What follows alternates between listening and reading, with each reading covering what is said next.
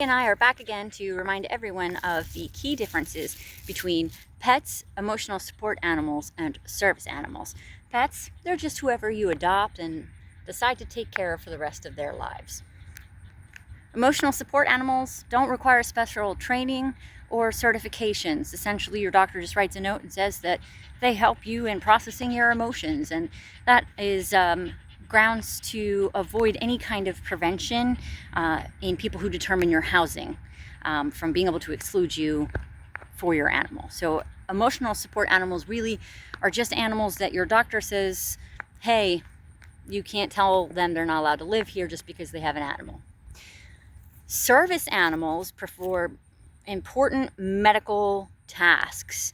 Sometimes it's just a matter of alerting their owner of an impending medical event. Sometimes it's obtaining things for them. They require special training and they get tested before they are given to the person who requires them. As a service animal, you are not meant to acknowledge, look at, talk to, interact with, or pet them at all. Any interaction with them could distract them or interrupt them and prevent them from performing their task. As service animals, they are to be treated like medical equipment, which means you can't deny them entry anywhere, even if there is food there. Emotional support animals, however, do not have the authority to enter into any place where food is being prepared or served or packaged or anything like that. They're not automatically granted entrance. And pets obviously aren't granted entrance anywhere unless the place that you're going to explicitly says that they're cool with pets. A fun fact is, if a building says service animals welcome, what they are trying to say is pets and emotional support animals are not welcome. The reality is that you are only allowed to ask certain questions about a service animal. So one of the key things that you can tell about most service animals is that they usually are staying close to their owner. Their owner usually isn't giving them 10 to 15 feet of leash, and their dog isn't using a lot of that free leash. Their dog shouldn't be barking at or growling at or interacting with or responding to most of the stimuli around them.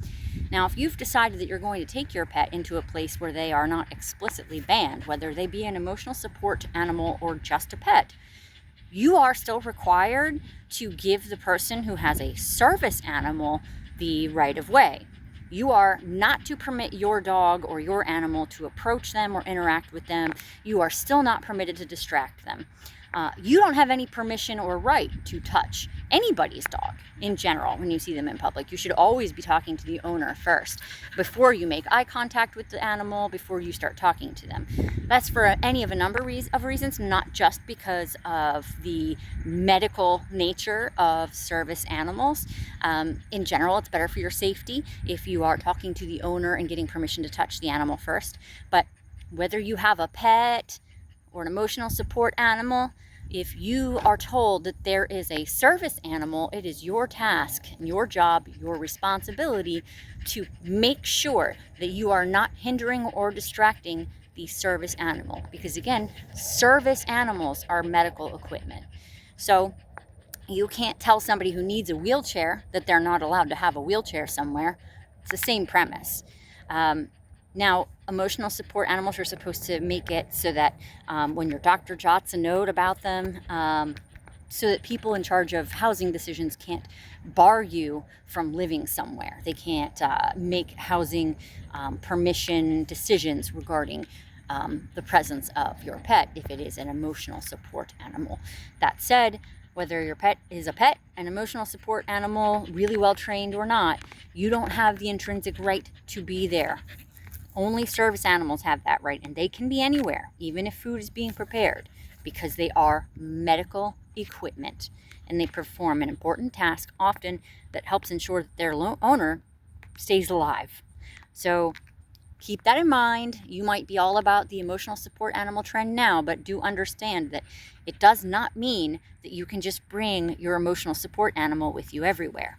It just guarantees that you can't be discriminated against with regard to housing. And again, if you are encountering someone who has an animal, You shouldn't be looking at the animal and talking to the animal before you talk to the owner. You shouldn't be engaging with the animal at all. If the person says no, whether the dog is a service animal or not, you got to respect that and leave them be. But explicitly, if that dog is a service animal, you ignoring the owner and causing issue is very likely going to cause them a medical problem.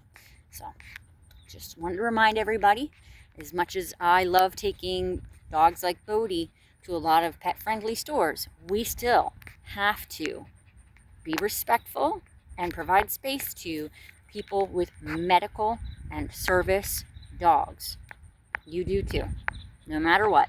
No matter how badly your little kid wants to pet the dog, no matter how cute you think the dog is, talk to the human first, and don't bother them if they say no.